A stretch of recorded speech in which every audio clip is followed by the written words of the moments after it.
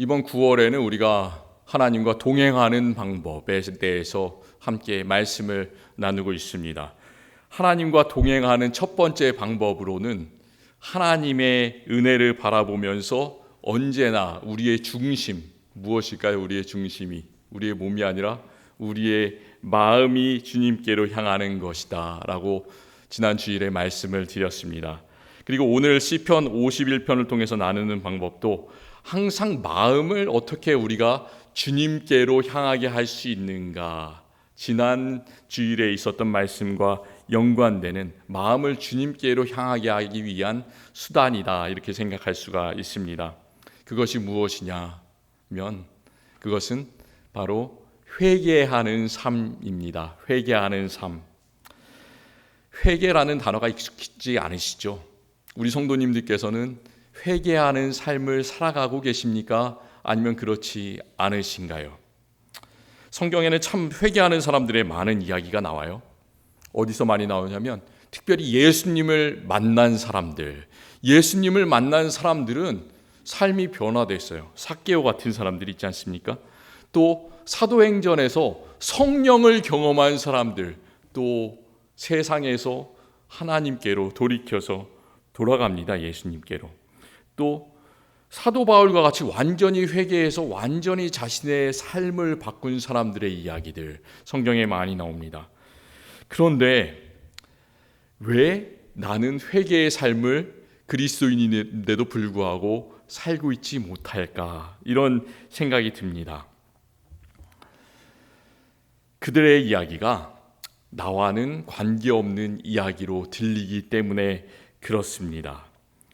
왜 그럴까요?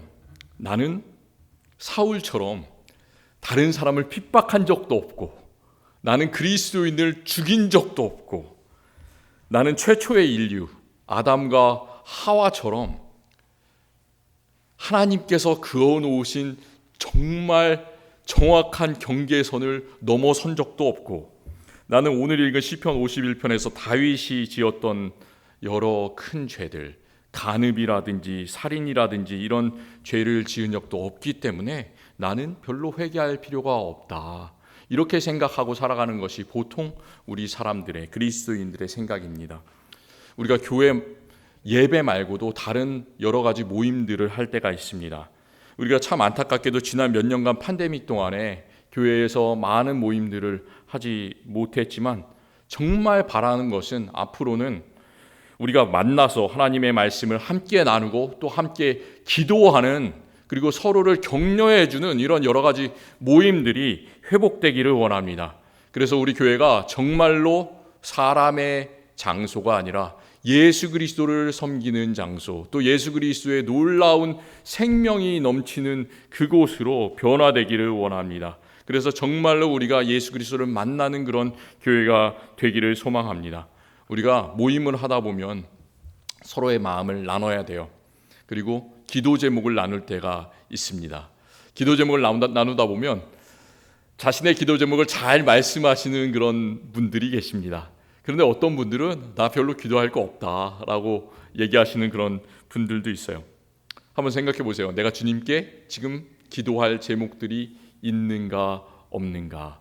내가 기도 제목이 없다라고 생각하신다면 기도 제목들을 가지시기를 바랍니다. 내가 지금 하나님께 간절히 바라는 것이 무엇인가, 그것을 마음속 깊이 생각하시고 그것을 붙잡고 하나님께서 기도에 응답하시는 것을 바라보면서 기도하시는 우리 성도님들이 되시기를 바랍니다.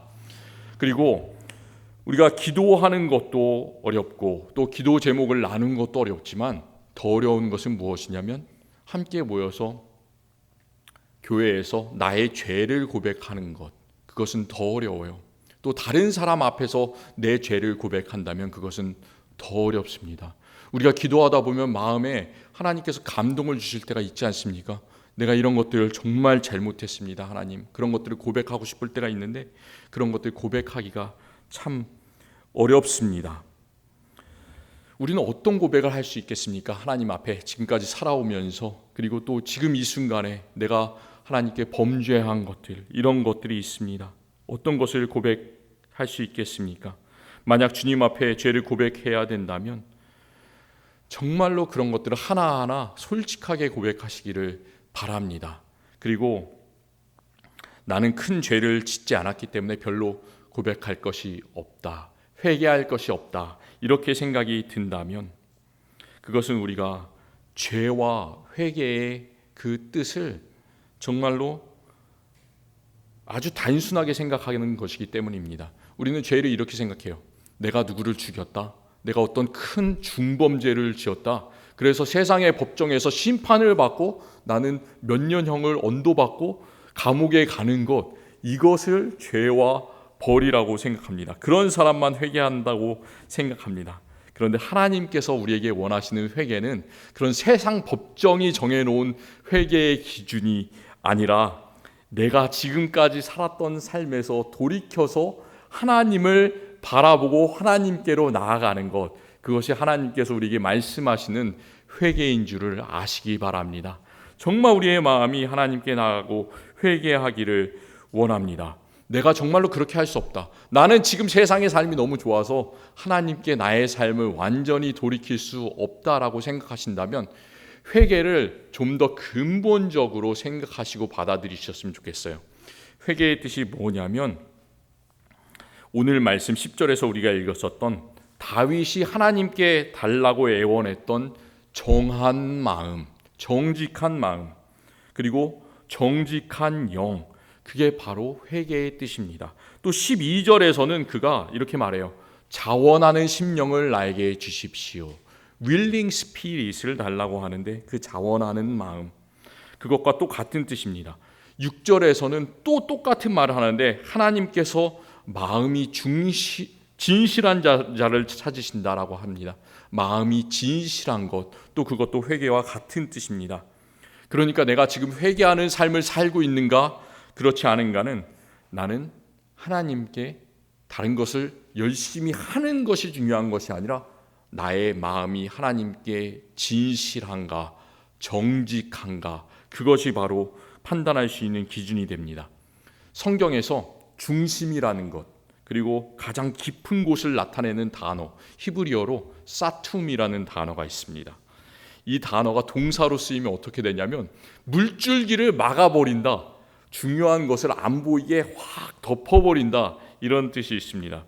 성경에는 물줄기를 막아버린 여러 가지 경우들이 나옵니다.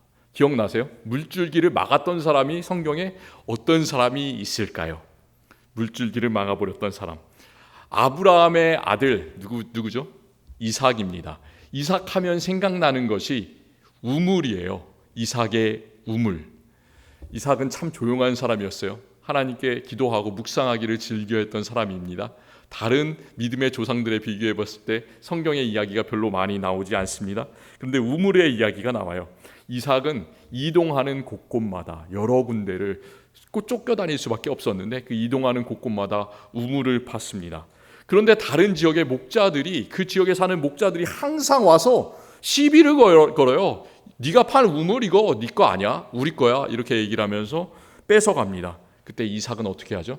이삭은 우물을 그냥 넘겨주고 양보를 합니다. 참 마음이 너그러운 사람이에요.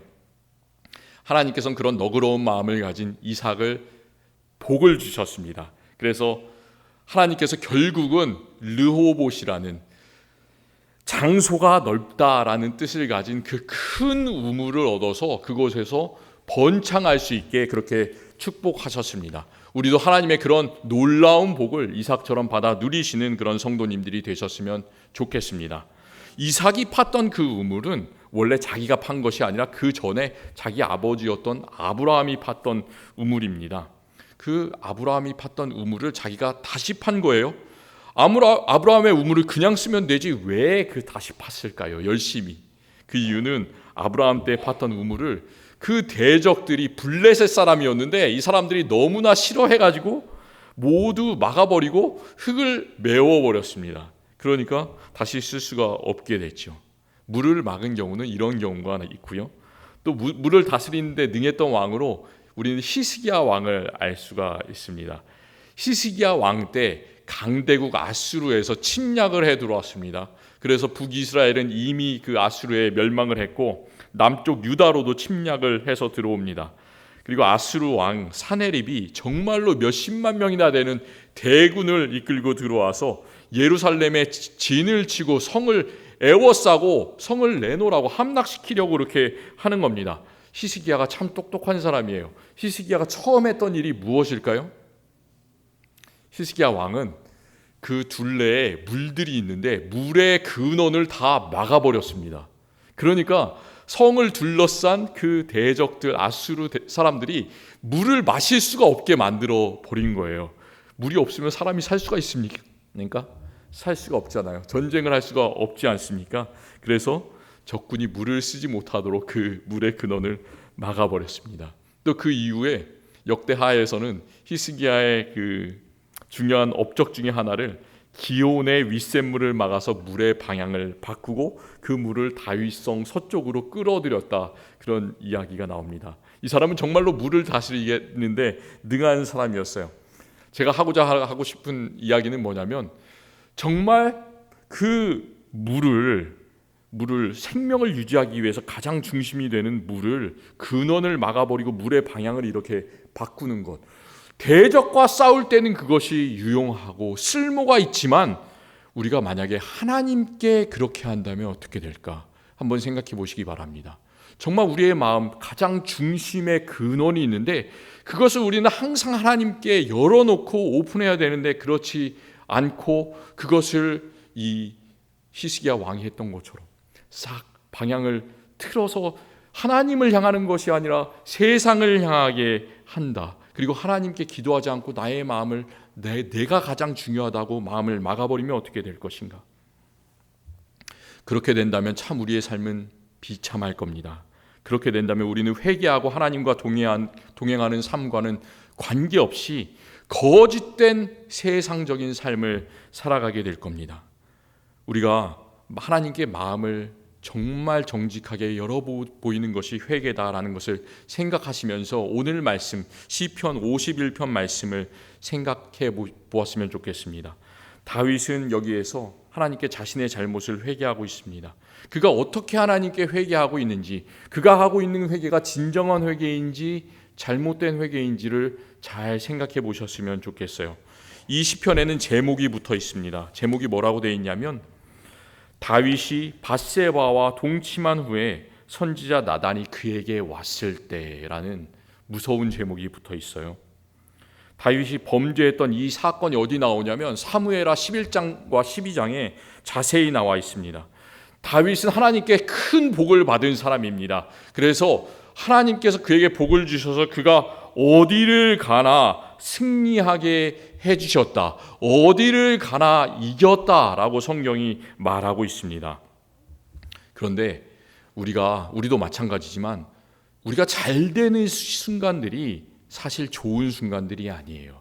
우리가 정말 모든 일이 세상에서 잘 될 때 그 순간에 꼭 큰 시험이 닥쳐오고 유혹이 닥쳐옵니다. 다윗에게 그런 일이 일어났어요.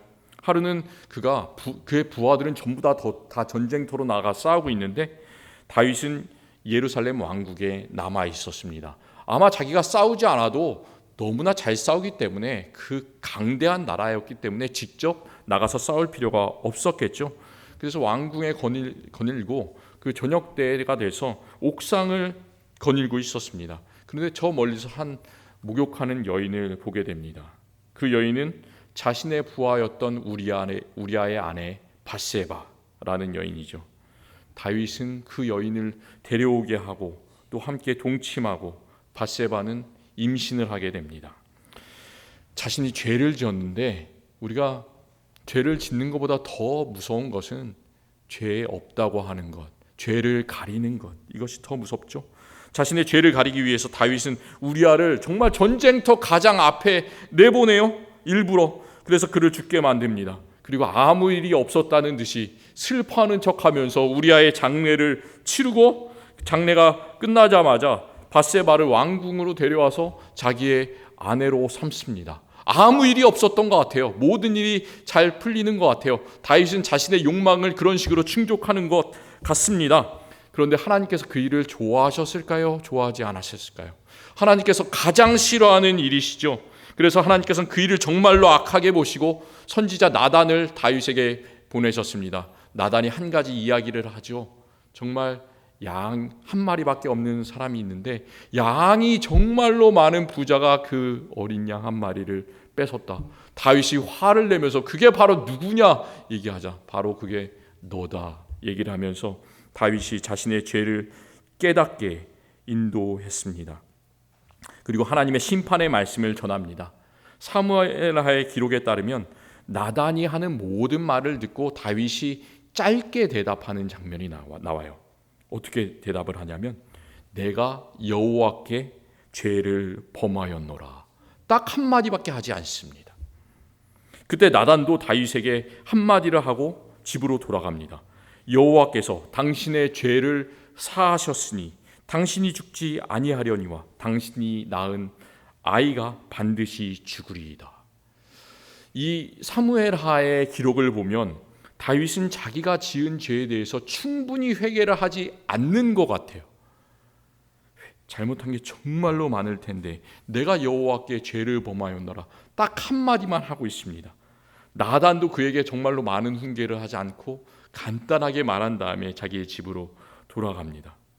충분한 회개가 되지 않는 것 같은데 시편 51편에서 고백하는 그의 모습을 보면 다윗은 하나님께 정말로 전심으로 회개하고 있구나 그 사실을 알 수가 있습니다.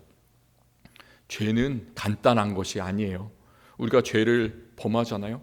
그런데 생각해보면 한 가지 일 때문에 한 가지 결과가 나오는 것이 아니라 그것을 유발시키는 정말로 많은 죄의 깊은 뿌리가 있습니다. 설명할 수 없는 죄의 깊은 뿌리가 항상 존재하고 있습니다. 그래서 우리가 죄를 뿌리 뽑기가 참 어렵습니다. 오늘 우리가 읽은 말씀 전에 있는 51장 1절과 2절에서는 다윗이 하나님께 기도하는 죄 용서를 바라는 그 구절이 3번이나 연달아서 나옵니다. 내 죄악을 지워주소서, 내 죄악을 말갛게 씻어주소서, 나의 죄를 깨끗이 제하소서, 이렇게 3번이나 하나님께 계속해서 기도하고 있는데 우리말로 하면 다 똑같은 말처럼 보여요. 죄악, 죄 다 똑같은 말이잖아요. 그런데 원래 성경이 기록된 히브리어에서는 그 죄의 뜻이 다 다릅니다. 죄가 그래서 복잡하다라는 그런 말씀이에요. 1절에 있는 죄악은 어떤 정해놓은 경계선이 있는데 경계선을 넘어서는 것, 법을 위반하는 것, 그것을 죄라고 말합니다. 또 2절에 말하는 나의 죄악을 말갛게 씻으시며, 그때 죄악은 우리가 도덕적인 죄악, 부정의한 것, 부도덕적인 것, 그런 죄를 말합니다. 또 그 다음에 말하는 나의 죄를 깨끗이 제하소서 할 때 그 죄는 뭐냐면 우리가 교회에서 말하는 하나님께 짓는 그 일반적으로 말하는 죄, 하나님을 거역한 죄를 또 죄라고 합니다. 그러니까 다윗은 자기가 밧세바를 범한 죄가 단지 하나님께만 잘못한 것이 아니라 사회적으로도 도덕적으로도 영적으로도 모든 영역을 다 침범한 죄라는 것을 마음속 깊숙이 뼈저리게 고백하고 있습니다. 그리고 죄는 태어날 때부터 깊은 마음속에 뿌리박고 있는 것이 그 죄예요. 우리가 태어난 사람은 아무 죄가 없을 것 같잖아요. 그렇지만 우리는 죄를 가지고 태어났습니다. 죄는 정말로 깊고 복잡한 그런 뿌리를 갖고 있습니다. 그렇기 때문에 그는 한 번만 하나님께 기도한 것이 아니라 죄를 지워주십시오, 말갛게 씻어주십시오, 깨끗이 제하여 주십시오, 이렇게 3번을 연달아서 다른 말을 하면서 하나님께 속죄해 주시기를 간절하게 기도하고 있습니다. 또 그것도 모자라서 7절에서는 우슬초로 나를 정결하게 해 주십시오, 이렇게 기도합니다. 우슬초라는 것이 무엇이냐면 여기서는 잘 나지 않는데 서유럽 그리고 중동 지방에 나는 주로 향신료를 만들고 약초로 사용되는 1m까지 키가 아주 크게 자라는 그런 허브였다고 합니다. 이 이스라엘 백성들이 애굽을 탈출할 때 이스라엘 백성들은 어린 양을 잡아서 하나님의 명령대로 그 어린 양의 피를 그릇에 담고 그 풀 우슬초의 묶음을 가져다가 그 피에 적셔서 자신의 집의 문 위쪽과 옆쪽에 그것으로 뿌렸습니다. 그 사람만이, 그 피를 뿌린 사람만이 구속을 얻을 수가 있었습니다. 우리가 오직 예수 그리스도의 피로서만 구속을 얻는 것처럼 하나님께서는 피 뿌림을 통해서만 구속을 받게 하셨습니다. 다윗은 죄 용서가 자신이 아무리 열심히 노력해서 어떤 행동으로서 받는 것이 아니라 오직 하나님의 은혜로서, 오직 하나님의 긍휼로서만 속죄받을 수 있다는 그 귀한 사실을 알고 우슬초로 나를 정결케 해주십시오, 이렇게 고백하고 있습니다. 하나님의 은혜로서 죄 씻음을 받을 때만 죄 용서가 가능하다는 것, 그는 깊숙이 마음속으로 알았습니다. 사실 우리가 시편 51편을 읽다 보면 한 가지 마음에 걸려요. 4절에서 다윗이 이렇게 고백합니다. 내가 주께만 범죄하여 주의 목전에서 악을 행하여 싸우니 주께서 말씀하실 때에 의로우시다 하고 주께서 심판하실 때에 순전하리라 하리이다. 그런데 이 말은 주님께서 나를 의롭다고 해주십시오, 주님께서 나를 깨끗하다고 순전하다고 해주십시오, 이것을 요구하는 그런 말이 아니라 주님께 범죄했기 때문에 주님의 그 순전하심으로, 주님의 그 의로우심으로 심판하실 때 그 심판을 달게 받겠습니다라는 그런 뜻입니다. 그런데 다윗이 주님께만 범죄했을까요? 과연 주님께만 범죄하고 자신의 죄 때문에 아내를 잃고 또 죽임을 당한 우리야, 그리고 또 억지로 임신을 하고 그 아이를 사산하게 된 밧세바에게는 죄가 없다는 그런 말일까요?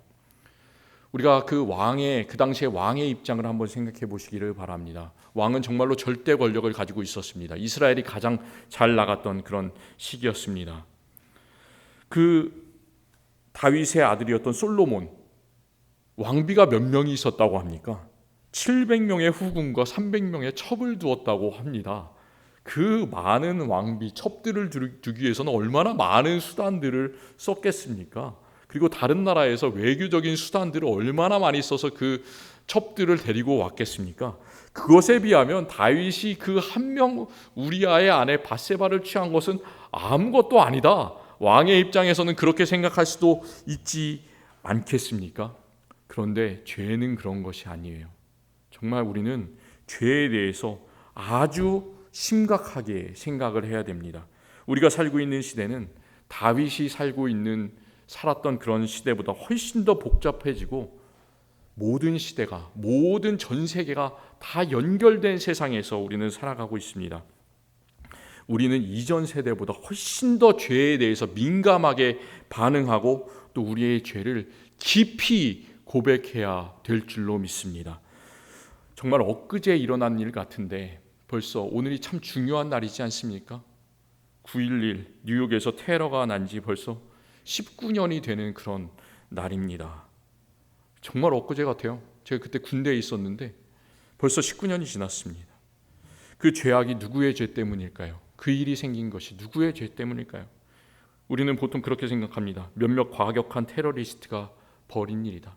그런 것 같지만 사실은 주님의 평화가 세상에 이루어지기를 위해서 기도하고 힘쓰지 못했던 바로 우리 모두의 죄악이구나, 이렇게 마음 깊이 통회해야 할 줄로 믿습니다.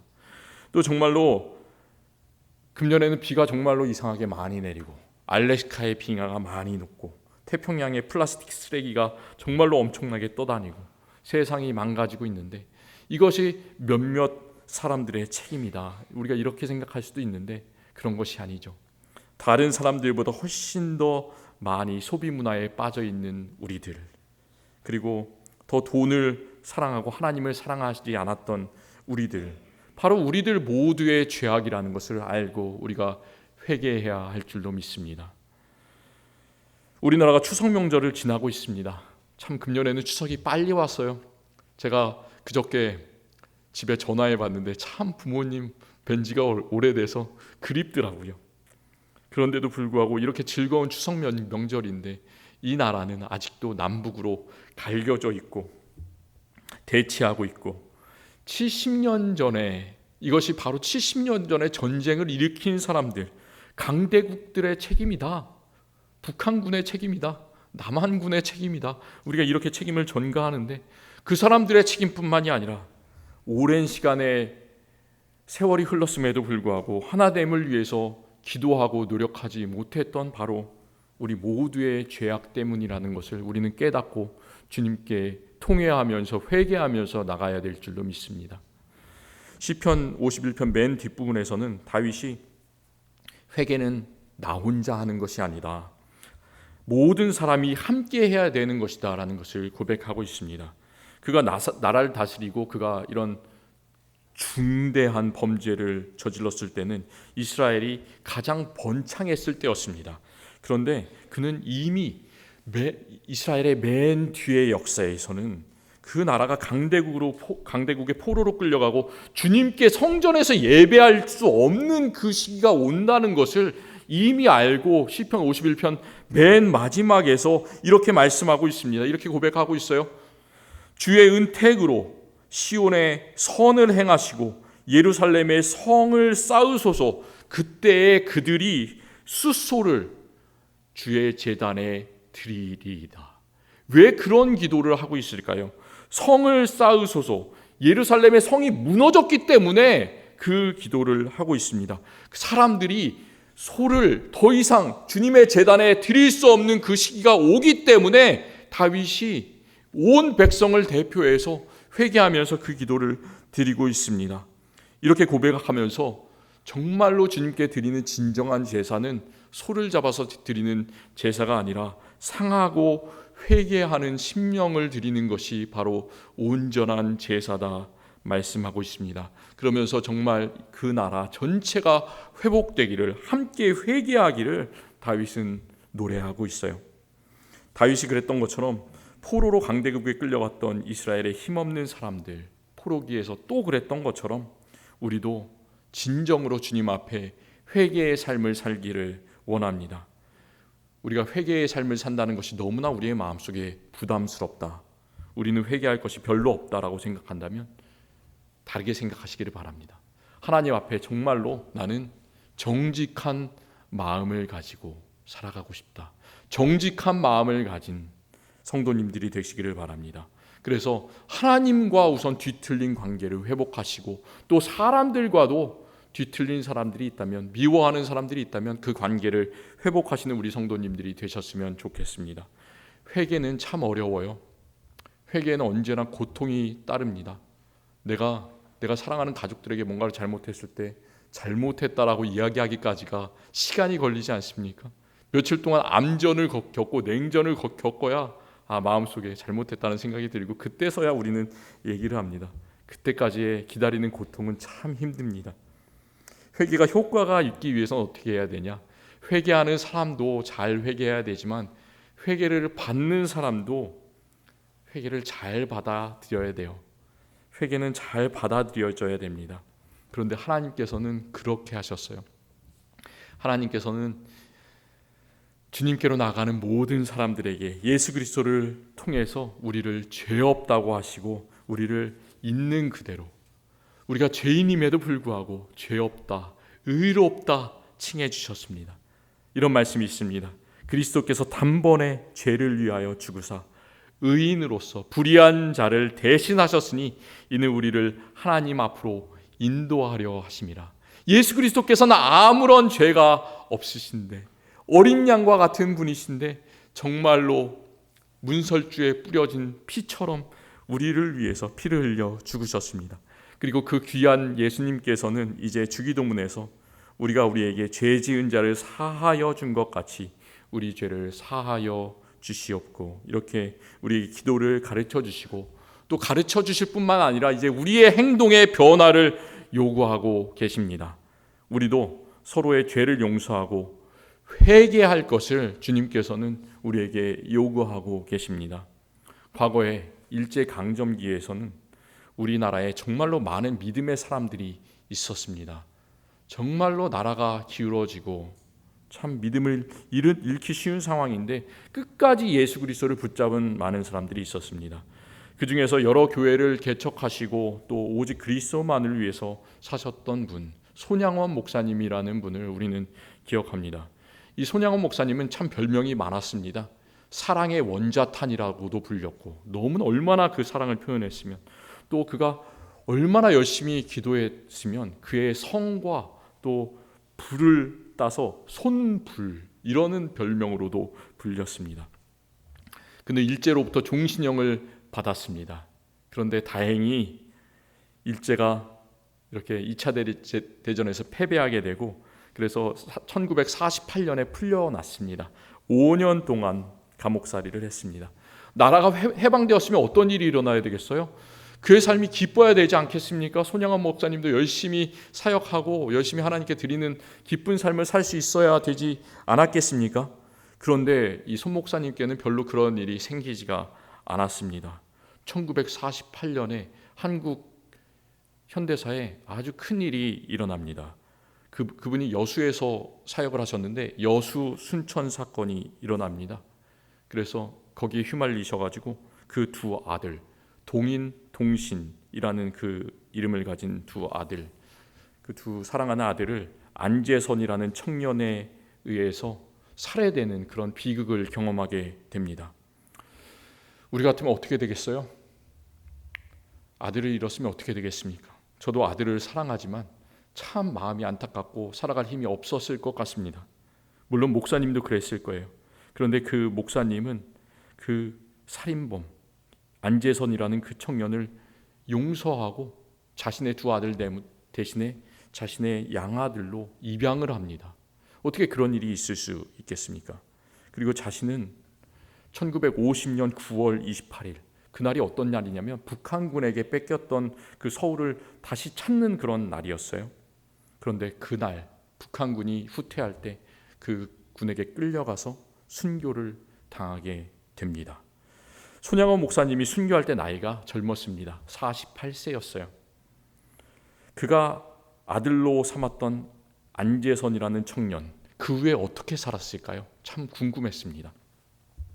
잘 살았으면 좋았을 텐데 이 안재선이라는 분도 안타깝게 건강이 좋지 않았습니다. 나중에 후두암에 걸렸어요. 그래서 1979년에 죽음을 맞이하게 됩니다. 공교롭게도 그가 죽을 때의 나이가 이 손양원 목사님이 48세의 세상을 떠나셨는데 똑같은 나이 48세에 후두암에 걸려서 세상을 떠났습니다. 그런데 정말로 놀랍게도 그 믿음의 뿌리가 계속해서 이어지게 됩니다.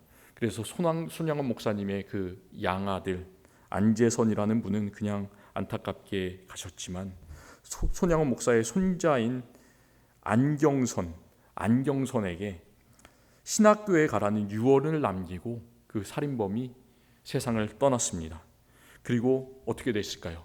그는 신학교에 갑니다. 그래서 그 손자, 믿음의 뿌리는 계속해서 이어집니다. 그래서 손양원 목사님의 양손자인 이 안경선은 손양원 목사님이 개척하시고 또 나병 환자들을 섬겼던 그 여수 애영원 교회에서 2020년까지 손양원 기념관장으로 섬기다가 현재는 아프리카의 작은 나라 부룬디라는 나라에서 한센명자를 섬기는 선교사로 일하고 있다고 합니다.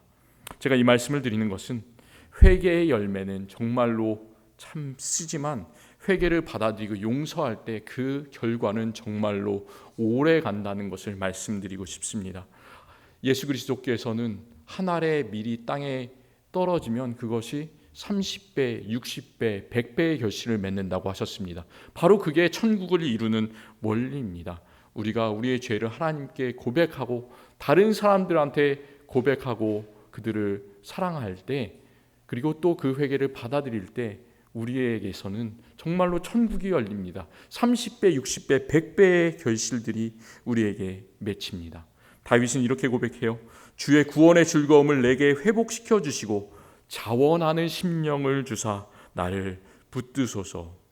이렇게 고백했던 것처럼 우리가 다른 사람에게 하나님께 죄의 고백을 하고 또 죄의 용서를 할 때 회개와 죄 용서는 하나님 나라의 영원한 기쁨을 우리에게로 가져올 줄을 믿습니다.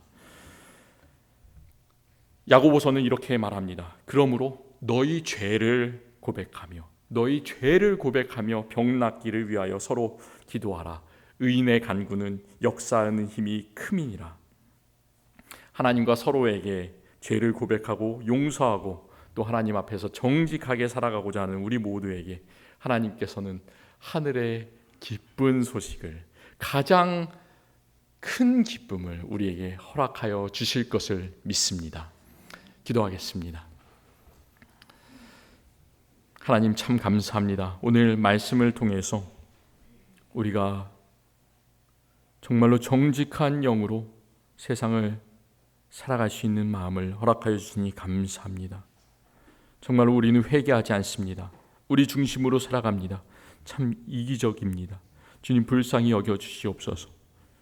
우리가 주님을 바라보게 하여 주시고 주님 앞에 회개하게 하시고 다른 사람한테 잘못한 것이 있다면 서로 죄를 고백하며 병 낫기를 위하여, 마음이 치유되기를 위하여 서로 기도할 수 있는 우리들 되게 하여 주시옵소서. 그래서 우리가 죄를 고백하고 죄를 받아들이고 용서할 때 정말 하나님 나라의 놀라운 그런 복이 우리에게 임하기를 원합니다. 그 기쁨이 우리에게 원하기를 원합니다. 우리의 가족에, 우리의 교회에 정말로 놀라운 하나님의 천국이 이루어지기를 원합니다. 그래서 서로 사랑하는 우리들 되게 하여 주시옵소서. 이 세상을 위해서 정말 그 세상에 일어나는 많은 악들이 정말로 우리의 죄악입니다. 고백하며 세상을 위하여 중보하며 기도할 수 있는 우리들 되게 하여 주시옵소서. 예수 그리스도의 이름으로 기도드립니다. 아멘.